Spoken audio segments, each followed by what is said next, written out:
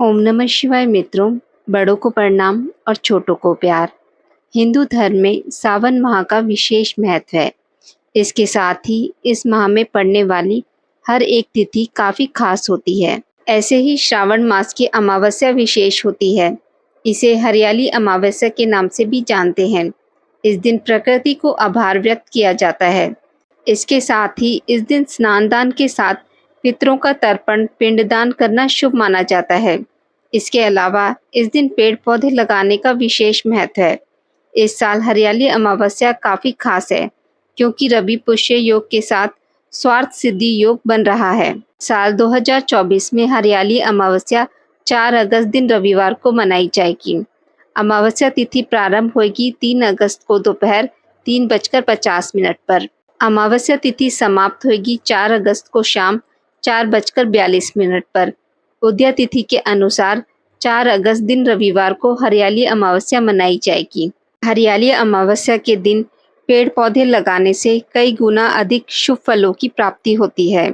इसलिए इस दिन शमी, आम, पीपल, बरगद, नीम जैसे छायादार पेड़ों को लगा सकते हैं।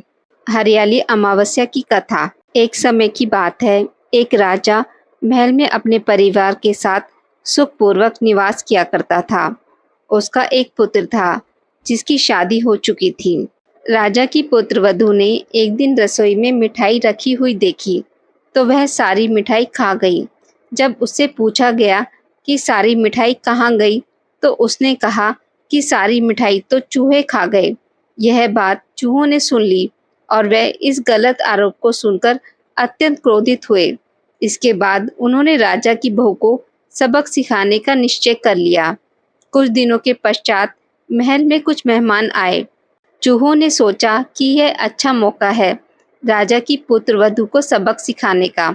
बदला लेने के लिए चूहों ने बहू की साड़ी चुराई और उसे जाकर अतिथि के कमरे में रख दी। जब सुबह सेवकों और अन्य लोगों ने उस साड़ी को वहां पर देखा तो लोग राजा की बहू के चरित्र के बारे में बात करने लगे।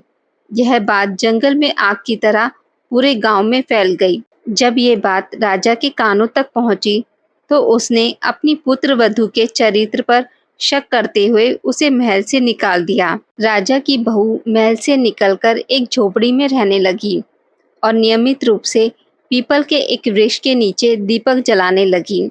इसके साथ ही वह पूजा करके गुड़ धानी का भोग लगाकर लोगों में प्रसाद वितरित करने लगी। इस प्रकार कुछ दिन बीत जाने के बाद एक दिन राजा उस पीपल के पेड़ के पास से गुजरे जहां उनकी बहू हमेशा दीपक जलाया करती थी। इस दौरान उनका ध्यान उस पेड़ के आसपास जगमगाती रोशनी पर गया।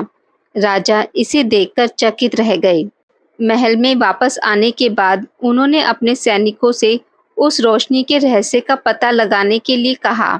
सैनिक राजा की बात मानकर उस पेड़ के पास चले गए। वहां पर उन्होंने देखा कि दीपक आपस में बात कर रहे थे। सभी दीपक अपनी अपनी कहानी बता रहे थे। तभी एक दीपक बोला, मैं राजा के महल से हूँ।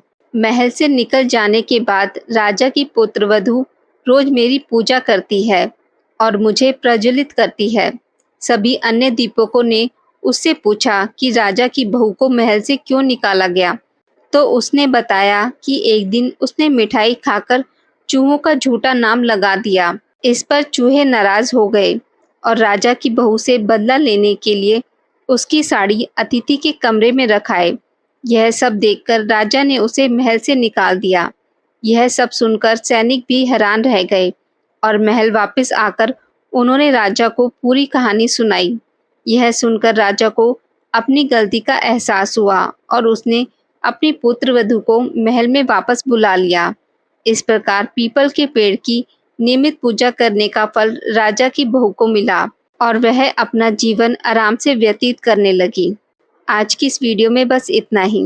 मित्रों, अगर आपको मेरी वीडियोस पसंद आती हैं तो इसे लाइक और शेयर ज़रूर करें और पूजा पाठ से जुड़ी जानकारी के लिए मेरे चैनल को सब्सक्राइब करना ना भूलें। धन्यवाद।